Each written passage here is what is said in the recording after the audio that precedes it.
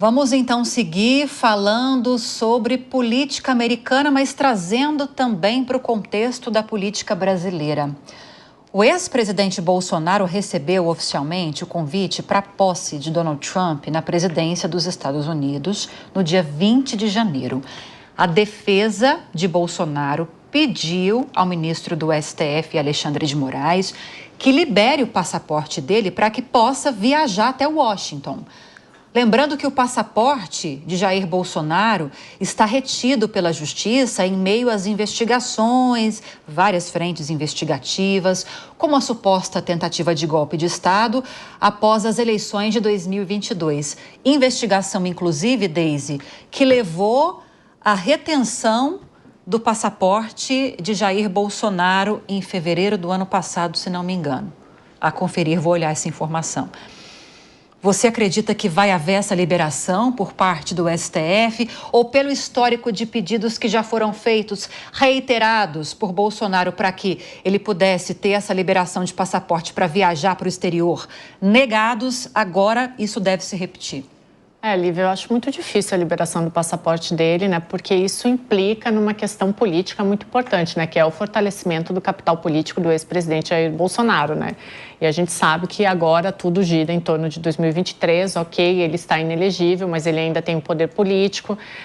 Se ele for a essa posse do Trump, se liberarem o passaporte dele, imagina o material que ele vai ter para inflamar de novo as suas bases, os seus correligionários, inclusive para recuperar um certo poder ali de concessão e de indicação de nomes, né? Então, eu acho muito difícil, ainda mais essa decisão tendo que vir do STF. Vamos lembrar aqui que desde o primeiro mês da posse do ex-presidente Jair Bolsonaro, ele elegeu o STF ali como um inimigo comum, então eu acredito que por todo o contexto político vai ser muito difícil, assim, seria um capital político muito forte para ele, seria praticamente dar de bandeja ali e alimentar essa base dele que por hora está um pouco mais parada, né?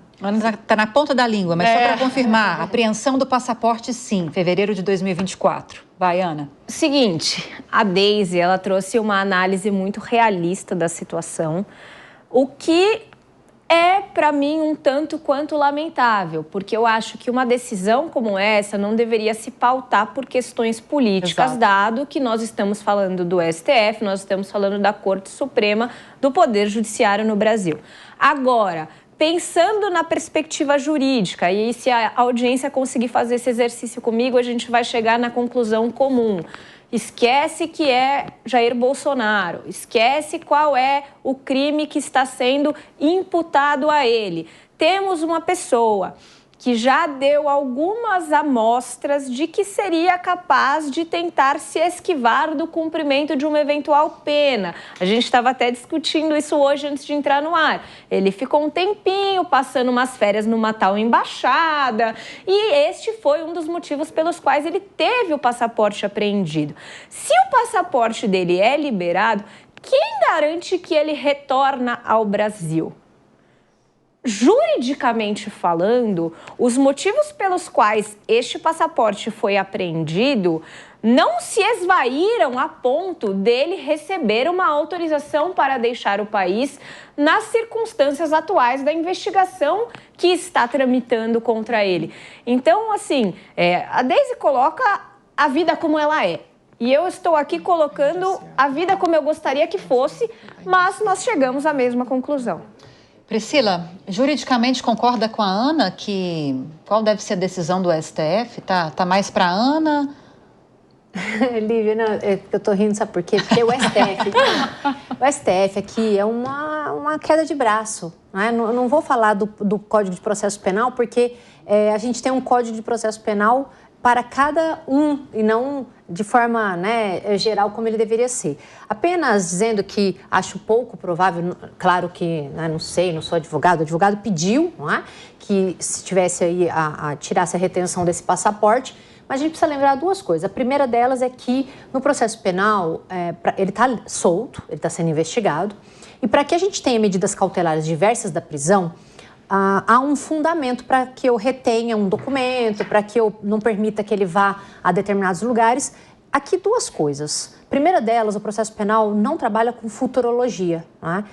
Vou imaginar que ele vai fugir. Isso não pode ser objeto de fundamento para uma decisão judicial no sentido de se brecar ou se dar alguma coisa. Porém, entretanto, quando ele fica lá 2 dias, né, com o segundo ano, umas férias, lá na embaixada, o STF usa isso como uma das, né, ou como um dos fundamentos para entender que, em virtude dele ter, e veja que não há provas do que ele faria ali, ou do que ele, né, não existe algo São certo. indícios. Sim. Isso. Então, diante dele ter ficado ali, a gente precisa falar, eu tô falando tecnicamente, aqui não é lado direito, esquerdo, transversal, duplo carpado, eu tô falando tecnicamente, tá? Então, sem coração, sem politização, digamos que se eu não tenho nenhuma possibilidade dele fugir, não há razão para evitar que ele que se solte esse passaporte. Entretanto, o STF utiliza, principalmente na tentativa de golpe, principalmente o fato dele ter ficado na embaixada, ter dado indícios de que pudesse não voltar ao Brasil, porque passou boa parte do tempo dos Estados Unidos, para poder brecar a possibilidade dele voltar para lá e não retornar ao Brasil para fins de receber algum tipo de punição por esses crimes que ele está sendo investigado. Então, finalizando, não sei se seria o caso de não devolver o passaporte, porque nós estamos falando de guerra, é briga entre a questão política e a questão do judiciário. Agora, uma coisa importante a gente falar, o STF dificilmente, posso estar muito enganada, dificilmente vai soltar ou, na verdade, devolver esse passaporte para o Bolsonaro, tendo em vista os indícios de que ele deu, e isso foi entendido pelo ministro Alexandre de Moraes. Posso estar bem equivocada, mas eu acho que esse vai ser o cenário, Lívia. E não estou dizendo que deva ser devolvido ou não. Eu não conheço a decisão, né? Eu não tive acesso, mas eu acho que um dos fundamentos foi de que, eventualmente, ele pudesse ficar por lá, enfim, não retornar, o que, de alguma forma, se você for pegar, né, o que aconteceu, é um preceito indiciário. Não dá para você afirmar. Não dá. Bolsonaro vai ou não vai fugir. Não dá. Então tem que trabalhar com essas... Não sou Sim, advogada. mas eu acho que tem que trabalhar com assim, esses indícios, com essas possibilidades. Sem paixões, né? Sem paixões. Eu não estou aqui para discutir se está certo, ele está sendo investigado, se teve ou se não teve e tal. Ponto.